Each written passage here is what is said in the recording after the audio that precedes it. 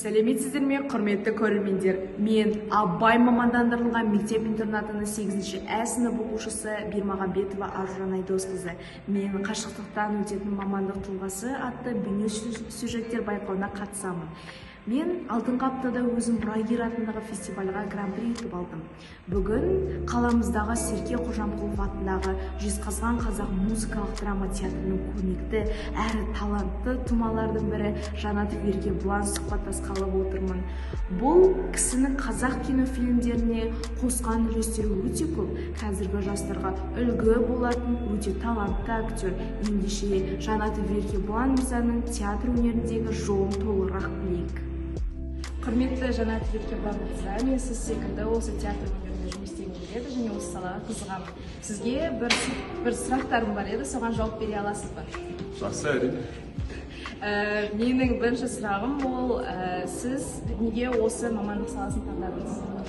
Өз мектеп кезінен осы мамандықты жақсы көргем, сүйгем. Сондықтан Жезқазған қаласында музыкалық колледж мектеп бітіргеннен кейін музыкалық колледжға түсіп, сол мамандықты тәмамдап, қазір сүйікті жұмысымды істеп жатырмын. Осы театрдың, Серке Қожамқұлов атындағы театрдың болашағы қандай болады деп ойлайсыз? Өте жарқын, өте жақсы болады деп ойлаймын, өйткені қазірдің өзінде жұмыс өте жақсы жүріп жатыр. Мына біздің сіздер қазір интервью алған кездің өзінде біз қазір дайындықта жүрміз. Таңнан кешке дейін жұмыс барлығы жақсы болады деп ойлаймын. Жалпы қазір процесс өте жақсы. Қырындап дамып келе жатыр. Сосын тағы бір сұрағым, сіз осы актер болар кезде қандай қиыншылықтар болды? Бізде қиыншылық барлығы колледж кезінде өткен. Сол уақытта өзің басына түскен кезде қандай мамандық екенін білмей, түсінбей түсесің. Жалпы сондықтан сол кезде үйреніп, сол жерден шеберханадан тәлім алып, сол жерде барлық қиындықтар сол жерде өтті. Жақсы, рахмет Еркебұлан мырза.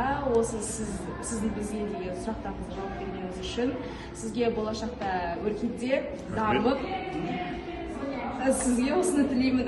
Жақсы, рахмет.